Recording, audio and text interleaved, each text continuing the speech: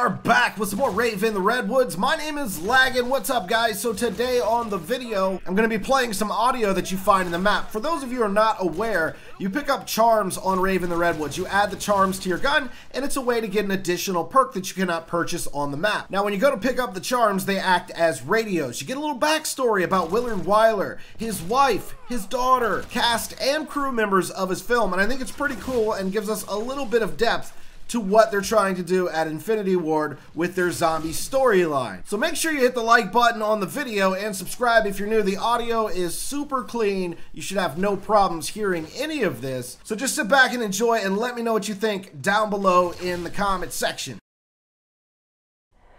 I'd have never taken the job if I knew this dame was gonna have me sleeping with the fishes. It was supposed to be a regular job. Follow this girl around, report back on who she's seeing, where she's going, you know, typical paranoid husband-boyfriend stuff. Weird part is, this job pays big. Real big. Getting overly touchy-feely? I knew there was going to be trouble. I had repeatedly tried to brush him off, or keep others on set with me, so when things dove into uncomfortable territory. If it weren't for Jeff, the set foreman's interruption, who knows what might have happened.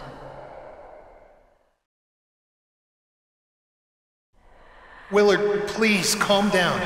I'm only trying to help here. He wouldn't listen to me. Even Winona agreed that selling a word of it from either of us. The last 3 films had bankrupted the... I got the call for the job. I had just spent my last dollar on a cup of instant soup.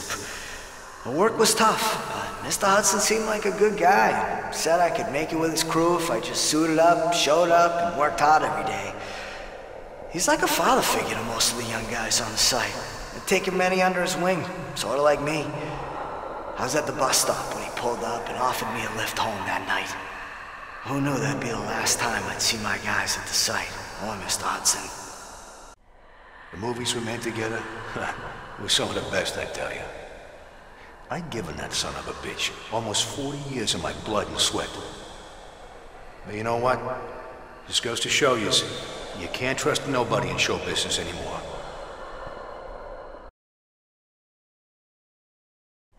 First and last time I'd ever see my father cry. Hiding behind his work, my life was managed by him from afar via a series of checklists and a small team of round-the-clock caretakers. In a state could break free of the shackles of my father, or so I thought. I nearly walked out of my own wedding and just eloped. Just prior to our wedding day, Matthew had told me that my father demanded he kind of liked the idea. Would be the death of me. Getting cast in the film alongside Brittany Maxey, that was a dream come true. She was the stuff of legend. I thought my career was going to blast off.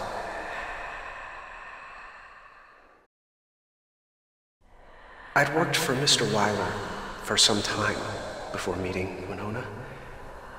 But when I did, I knew she was the one. We dated in secret for about a year before letting our father in on it. Talk about a tense day. He wouldn't allow me to give her my name. Instead, I was to hyphenate mine with his. That was the only way he'd provide his blessing. Matthew Mason Wyler. I felt like an idiot. But for her, I would have done anything. Winona was the love of my life. And I wasn't going to allow him to keep us apart. I'd always wanted to know how Willard Wyler got his movies to look so real. For weeks, I had been feverishly waiting our class trip to Mr. Wyler's theater. This was the man, the myth, the legend. This was Willard Wyler we were talking about here. When we arrived at the theater, the nostalgia washed over me pretty hardcore. I'd watched his movies 1,000 times.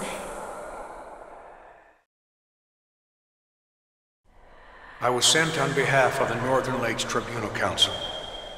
Mr. Wyler's filming company had requested permission to return to our land to film another of his movies.